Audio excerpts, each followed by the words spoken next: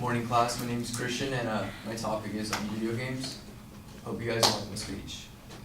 According to Entertainment Software Rating Board, 67% of all US households play video games.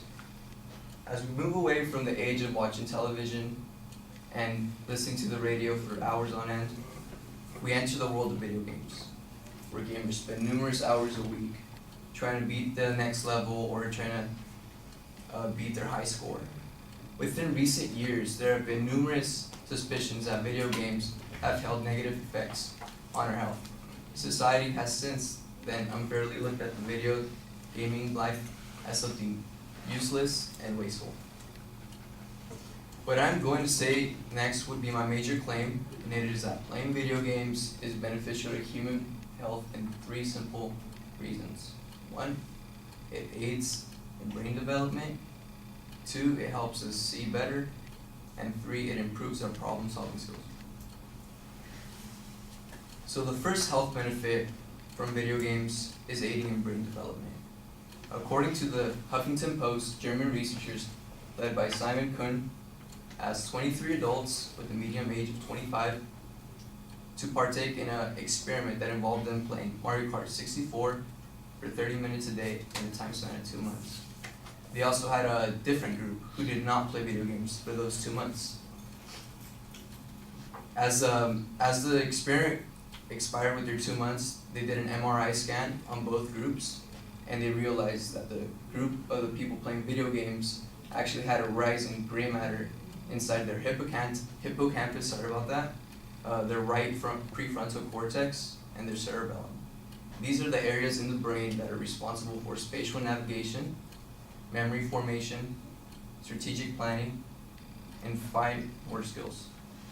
Through this amazing discovery, the same leader of the research group, Simon Kuhn, believes that in the near future we could use video games as a form of therapy for people with mental disorders such as schizophrenia or Alzheimer's.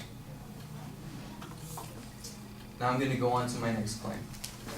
You guys ever remember the days where you would sit in front of the TV, play video games, and your mom would come inside your room really mad, be like, "Get off that! You're gonna go blind. You're staring at the TV for too long." Stuff like that. Well, actually, in a TED Talk with a professor named Daphne Bavillier, who studies cognitive neuroscience at the University of Geneva, she went on to say that people who don't spend much time in front of the TV or in front of the screen playing video games have normal to correct vision. In other words, 20/20 vision. Those who indulge in 10 to 15 hours per week actually have really good vision, better than the non-gamers.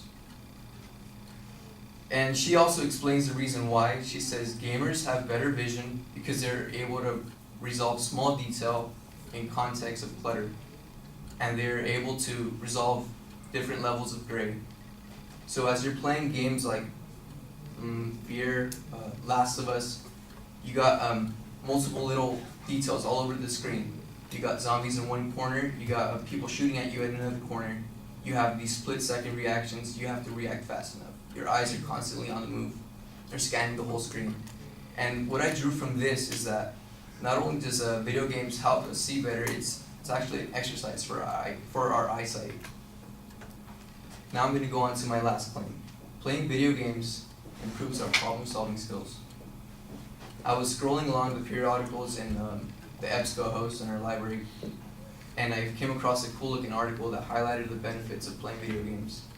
And on this article, there was an American writer on education and learning named Mark Prensky, who said, "Many children and youth problem solve through trial and error, recursively collecting evidence which they test through experimentation."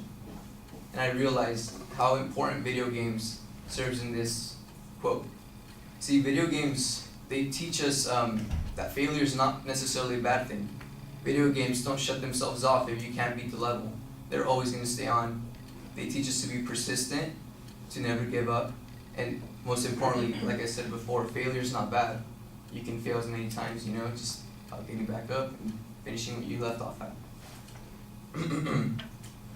So through aiding in brain development, helping us see better, and improving our problem-solving skills, I think it's fair to say video games are neither wasteful nor meaningless.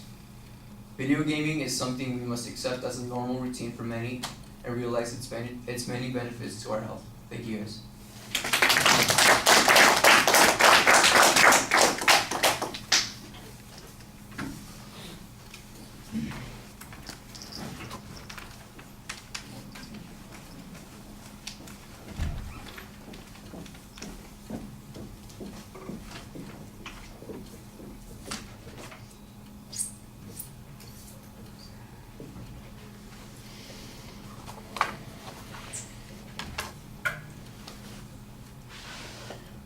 All right, Christian, I'll start with the same good thing that I think a lot of people are doing at this point, and that is your proposition and your secondary claims are previewed very clearly, so I know where it is you're going, and you integrate those arguments effectively as you're speaking, so that's fine.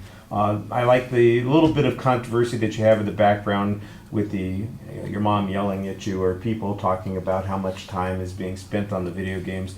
I think one of the things that you might want to question a little bit is how much time we're spending on video games versus how much benefit we get from them. So if somebody is spending 20 hours a week playing video games and the big visual acuity that they get is that they can distinguish, one shade of gray from another shade of gray, was that really a use? Over a year, you're talking about 1,000 hours, and what have I gained? I've gained this. What's the value of that? How important is that? Because that seems to me like a big argument that when your mom says you're wasting your time, say no, I'm improving my vision. Say, great, so you can tell what font I'm using and something like that, or you can see the difference in the color that I have on the wall. Why is that an important thing? I think you need to have a little bit more on that. That's the main criticism that I have of your argument. I thought you did an excellent job citing your sources, usually explaining what the information was there, but on each point, basically it was just like one piece of information on each of those points. And it's not always an overwhelming piece of information. So if we were talking about, remember the characteristics of a good argument, one of the characteristics is that the proof is sufficient.